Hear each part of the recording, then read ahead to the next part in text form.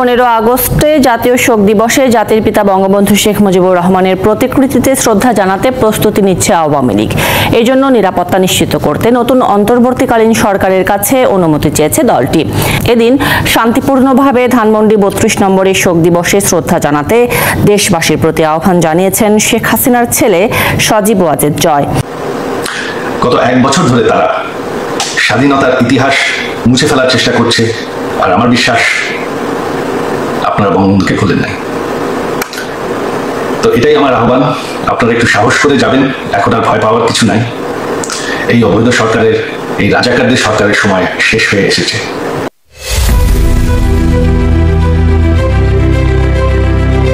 ধানমন্ডি 32 ইতিহাসে এক সূর্য সন্তানের বাড়ি, যে বাড়ি থেকে স্বাধীনতার ডাক দিয়েছিলেন স্বাধীনতার স্থপতি শেখ মুজিবুর রহমান।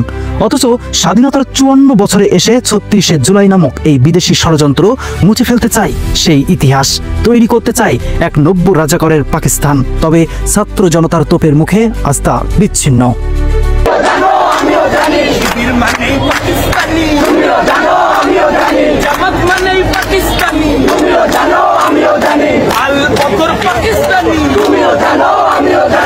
তবে শুধু ছাত্র জনতাই নয়, এবার 15ই আগস্ট ঘিরে বঙ্গবন্ধুর সপরিবার হত্যায় শোকের ছায় নব্য রাজাকার বাংলার মাটি থেকে মুছে ফেলতে ডাক দিয়েছে সাবেক প্রধানমন্ত্রী শেখ হাসিনার ছেলে সজীব ওয়াজেদ জয়। তিনি বলেন, দেশকে স্বাধীন করায় ও একটি স্বাধীন মানচিত্র পাওয়ার ক্ষেত্রে তার অবদান ছিল অনস্বীকার্য। তিনি আরো বলেন, এই নব্য রাজাকারদের বাংলার মাঠ থেকে নির্মূল করতে সাহস নিয়ে আমাদের সামনে এগিয়ে আসতে হবে এবং ইতিমধ্যে দেশের বিভিন্ন প্রান্তে 15ই আগস্ট ঘিরে তৈরি হচ্ছে নানা পদক্ষেপ। আসসালামু আলাইকুম, আমি সজীব ওয়াজেদ জয় বলছি। অনেকদিন পর আপনাদের সামনে সরাসরি কথা বলছি। প্রথমে আমার আপনাদের প্রতি কিছু প্রশ্ন আছে। আজকে কি আপনারা ভালো আছেন? আজকে কি আপনারা বাংলাদেশে নিরাপদ আছেন? আজকে কি স্বাধীন আছেন? আজকে কি এই অবৈধ সরকারের বিরুদ্ধে আপনারা মুখ খুলে কথা বলার সাহস পান? আজকে কি বাংলাদেশের পক্ষে, বাংলাদেশের স্বাধীনতার পক্ষে আপনারা মুখ খুলে কথা বলার সুযোগ পান, নাকি গ্রেফতার হন? গত 1 বছর ধরে এই অবৈধ অনির্বাচিত রাজাকারদের সরকার অবৈধভাবে ক্ষমতা দখল করে আছে।